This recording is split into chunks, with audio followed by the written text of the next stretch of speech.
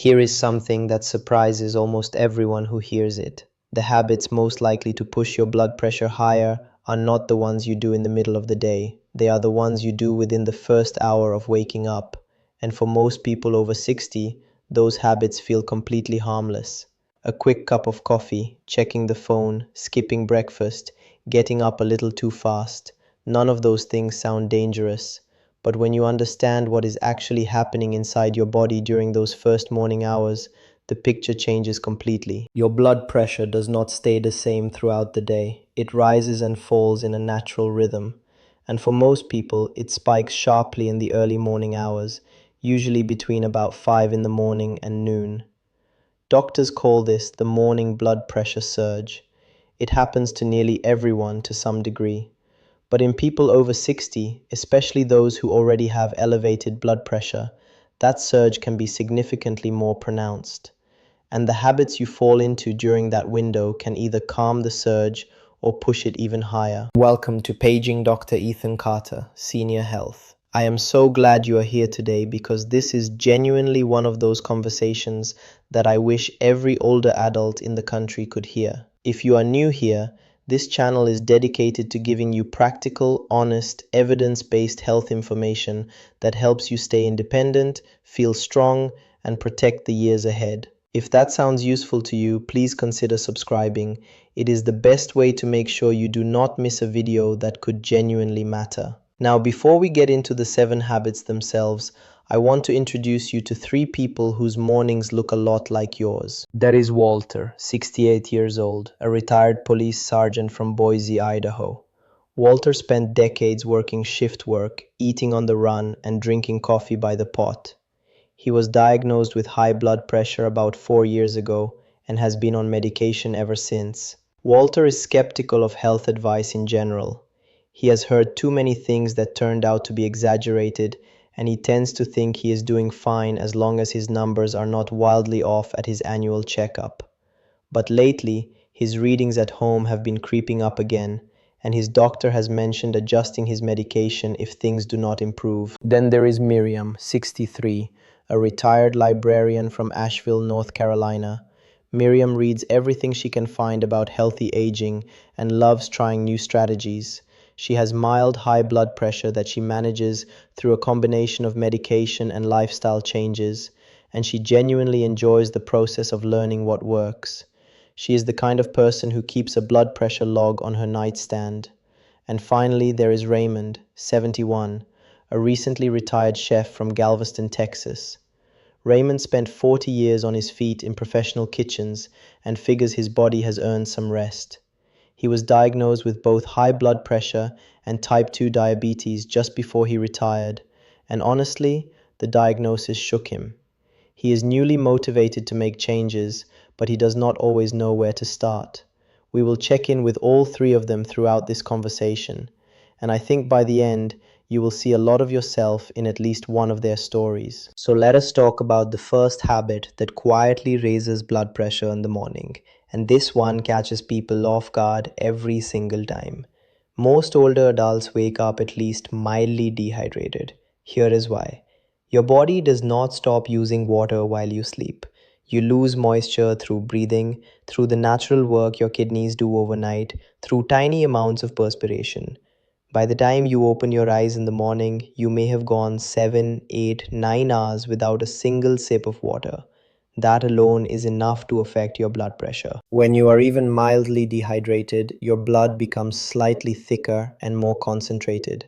Your body responds by tightening the blood vessels, which forces your heart to work harder to push blood through. That combination of thicker blood and narrower vessels pushes blood pressure up. And here is the part that most people do not realize. As we get older, our sense of thirst becomes less reliable. Your body simply does not send the same urgent thirst signals it once did. So many older adults walk around in a state of mild dehydration without feeling particularly thirsty at all. The practical piece here is simple. Before you do anything else in the morning, drink a glass of water. Not coffee, not juice, plain water. Somewhere around 8 ounces when you first wake up gives your body a foundation to start the day.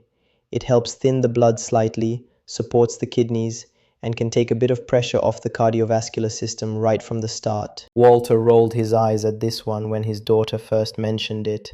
His response was that he had been drinking coffee every morning for 40 years and he was not about to stop. But when his doctor explained the dehydration and blood pressure connection in plain terms, Walter agreed to try one glass of water first, before the coffee. He kept up the coffee, he just added the water first. Small change, totally sustainable. Now here is where things get a little more interesting, because the second habit involves something that nearly every older adult does without thinking twice about it. Getting out of bed too quickly is one of the most overlooked triggers for dangerous blood pressure spikes in older adults. When you go from lying flat to standing up rapidly, your body has to very quickly redistribute blood from the lower body back up toward the heart and brain. In a younger cardiovascular system, this adjustment happens almost instantly. But as we age, the blood vessels lose some of their elasticity and their ability to respond quickly. The result is that blood pressure can swing sharply, sometimes dropping first and then spiking as the heart tries to compensate. This is also related to what doctors call orthostatic hypotension, which simply means a sudden drop in blood pressure when you stand up. It causes dizziness, lightheadedness, and is one of the leading contributors to falls in older adults. But even if you do not experience that dramatic dip, the compensatory spike afterward can still push your numbers into a problematic range. The solution is something cardiologists call active rest before rising. Before you swing your legs over the side of the bed, take about 30 seconds to a minute lying still. Wiggle your feet, bend your knees gently, then sit up slowly at the edge of the bed and wait another 30 seconds before standing. It sounds almost too simple to make a real difference, but for people with elevated blood pressure, it consistently helps reduce that sharp morning cardiovascular spike. Miriam already knew about this one. She had read about it somewhere and started doing it months ago. What she told me was that once she built the habit, it stopped feeling like an effort. She just wakes up, takes a few quiet breaths, moves slowly, and her mornings feel calmer. Her morning blood pressure readings have been consistently lower since she adopted this routine, and she notices far less of the mild lightheadedness she used to experience. There is a third morning habit that raises blood pressure in a way that most people genuinely do not connect to their heart, and it involves something many older adults do within the first few minutes of being awake. Checking your phone first thing in the morning triggers a real, measurable stress response in your body. When you pick up a phone and begin scrolling through news, notifications, emails, or social media, your brain interprets that incoming stream of information as a form of alertness demand. Your nervous system responds by activating what is sometimes called the fight or flight response. Stress hormones, primarily cortisol and adrenaline, are released into the bloodstream, and one of the direct effects of those hormones is that they cause the blood vessels to constrict and the heart rate to increase. Now, none of this is imaginary or exaggerated. Cortisol has a documented effect on blood pressure, and morning cortisol levels are already naturally elevated due to the body's normal daily rhythm. Layering a stressful or stimulating phone session on top of already elevated morning cortisol can push blood pressure meaningfully higher during exactly the window when the cardiovascular system is already under its daily peak load. The recommendation here is practical and achievable.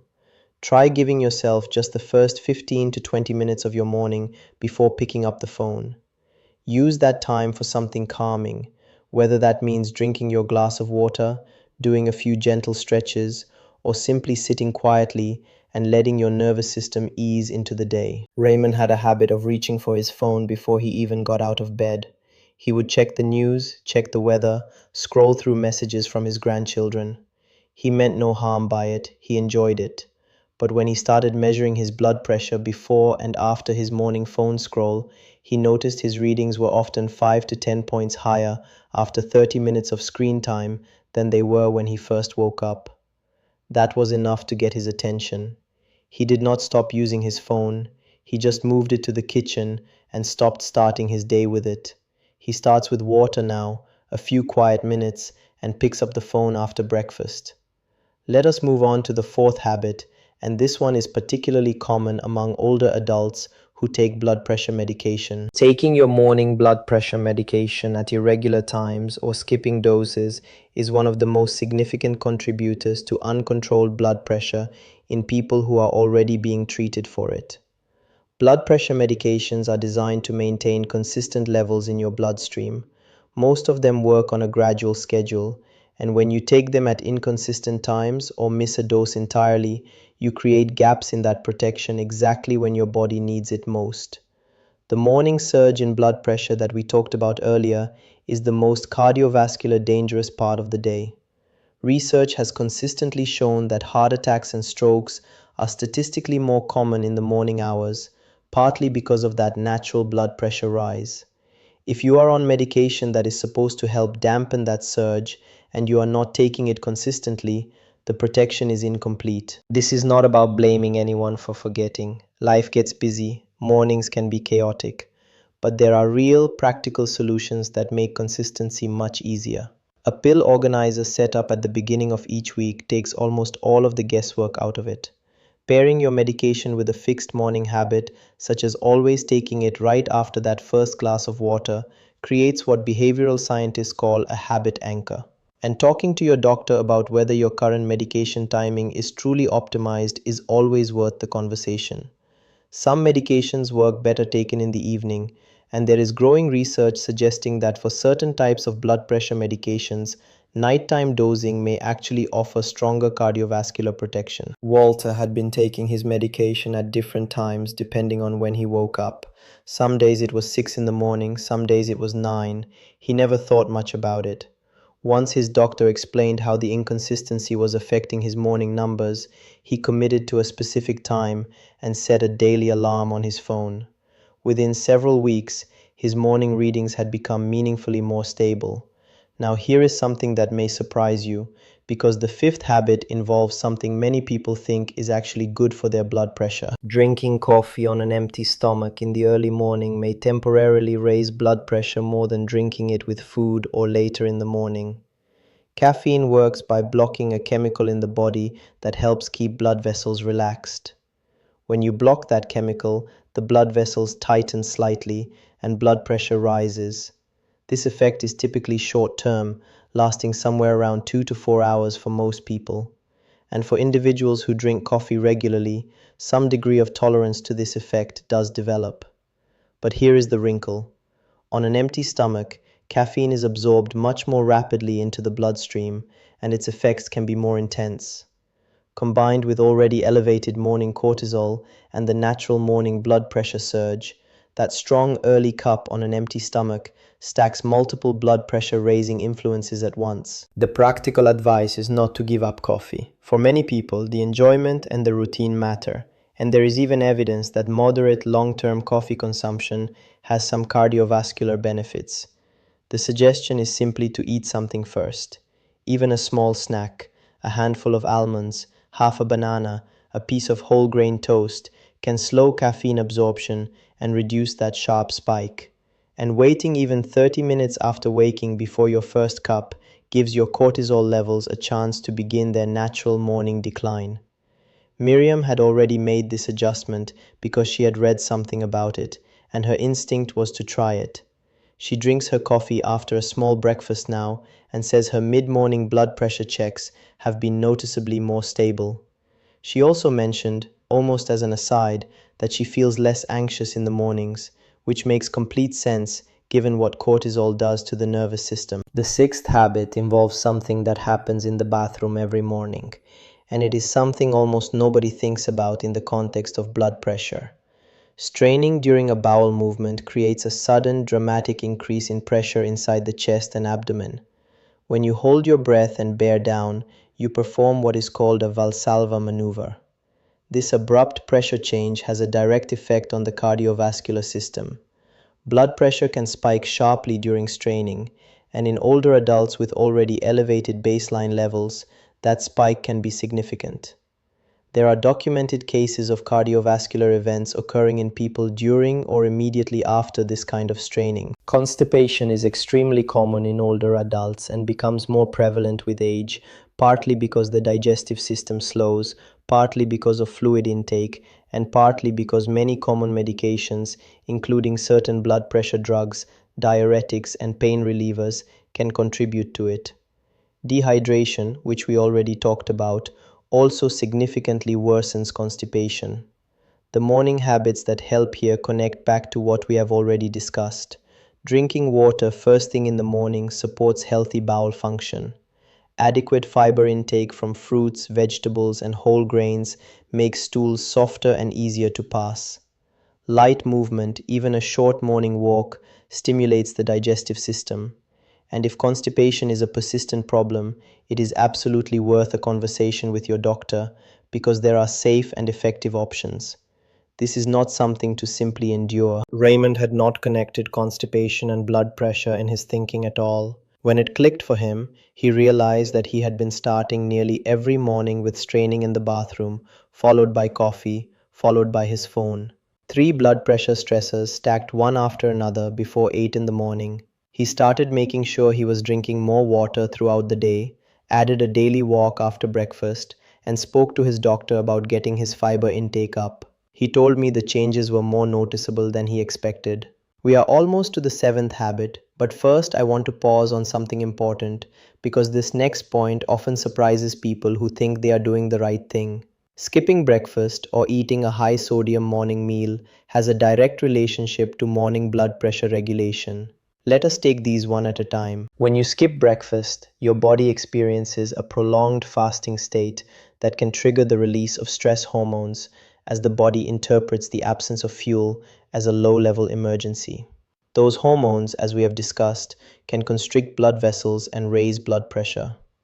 For people managing type 2 diabetes alongside high blood pressure, skipping breakfast adds another layer of metabolic disruption that can affect blood sugar and blood pressure simultaneously. On the other side of this, a breakfast that is very high in sodium can also work against you. Many convenient breakfast foods, including certain cereals, processed meats, canned foods, and packaged items, contain surprisingly high amounts of sodium. Sodium causes the body to retain water, which increases the volume of blood in the bloodstream, which raises pressure against the vessel walls. It is worth checking the labels on your regular breakfast items because the sodium content in some popular packaged foods can represent a significant portion of the daily recommended intake in a single serving. A balanced morning meal with moderate protein, whole grains, fruits or vegetables, and controlled sodium is one of the genuinely meaningful ways to support stable blood pressure throughout the morning. Eggs, oatmeal with berries, whole grain toast with avocado, low-fat yogurt with fruit are all examples of breakfasts that provide steady fuel without the sodium spike. Walter surprised himself when he actually read the labels on the packaged breakfast sausages he had been eating almost every morning for years. The sodium content was much higher than he had realized. He did not overhaul his entire diet. He simply switched to lower sodium options a few mornings each week and added fruit to his breakfast more consistently. His wife noticed he seemed less irritable in the mornings, which Walter points out may or may not be related to his blood pressure. He is still skeptical, but he is trying. And now we have arrived at the seventh habit.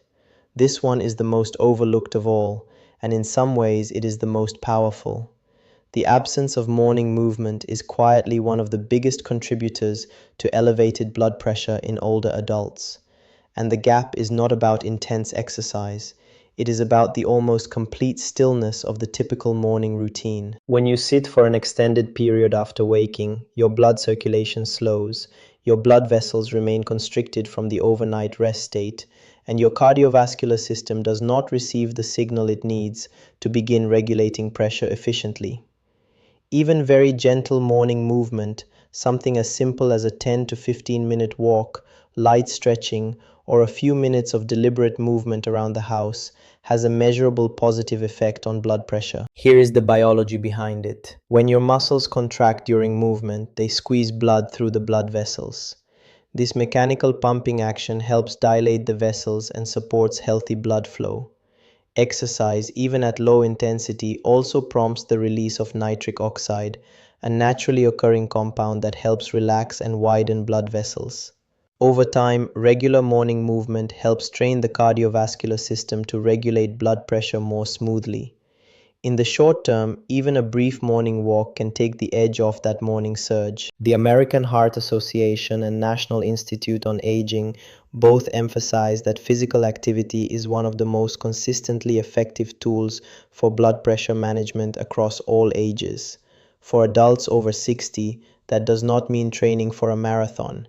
It means regular, sustainable movement that fits into real daily life.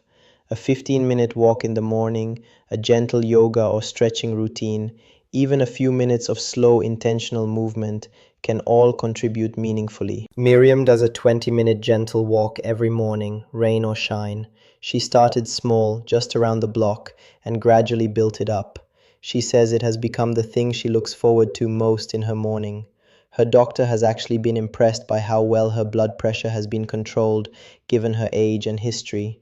Raymond has started walking after breakfast rather than before, which works better for his schedule, and his morning readings have been trending downward over the past couple of months. Even Walter, who initially dismissed morning walks as something old people do, has started walking his dog a bit longer each morning. He will not admit it feels good, but he keeps doing it, and that is what matters.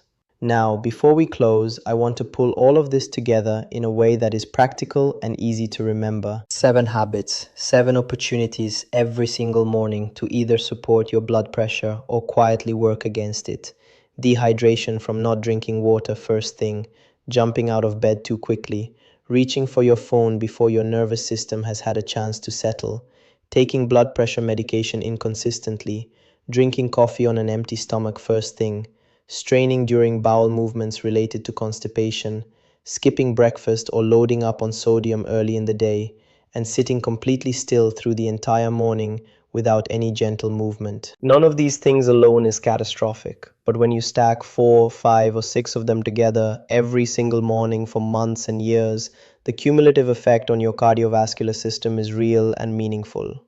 And here is the genuinely encouraging part. Every single one of these habits is changeable without dramatic effort. These are not asks for extreme lifestyle overhauls. They are small, practical shifts that fit into real life. You do not need to do all 7 perfectly. If you pick 2 or 3 to work on consistently, that is a real step forward. Progress matters more than perfection. And every one of these small improvements is something you can talk through with your doctor to make sure it fits your specific situation. Walter is still taking his blood pressure medication. He still drinks his coffee. But he drinks water first, takes his medication at the same time every morning, has added a slightly longer dog walk, and switched a few of his high sodium breakfast items. His last 2 doctor appointments have shown his morning readings are more consistent than they have been in years. He does not call it a transformation. He just says his numbers are better, and that is good enough for him. Miriam is doing what Miriam does, which is continuing to learn and refine her routine. She is a model for what consistent, curious engagement with health habits can produce over years, not just weeks. And Raymond, who started this whole journey a little overwhelmed and unsure where to begin, has found his footing. He checks his blood pressure every morning now. He walks after breakfast. He drinks water when he gets up. He reads food labels. He calls it working with his body instead of ignoring it. And he says that shift in mindset has made everything feel more manageable. You do not have to be perfect. You do not have to change everything at once. But you deserve mornings that work with your cardiovascular system, not against it. And the people in your life deserve more years with you, and more years of you feeling well and capable and present. If today's conversation felt relevant to you, I would ask one favor. Share it. Send this video to a spouse, a sibling, a friend, a parent, anyone in your life who takes their morning blood pressure medication and might not have thought about what else happens in those first morning hours. You might give someone a conversation worth having with their doctor. And speaking of conversations, I would genuinely love to hear from you in the comments. What is one morning habit you already have that you think supports your blood pressure? Or is there one from today that you are planning to try? The comments section here is always a respectful space, and your experience might be exactly what someone else needs to read. Please remember this video is for educational purposes only and should not replace professional medical advice. Always consult your physician or another qualified healthcare professional before making changes to your medications, diet, exercise routine, or treatment plan.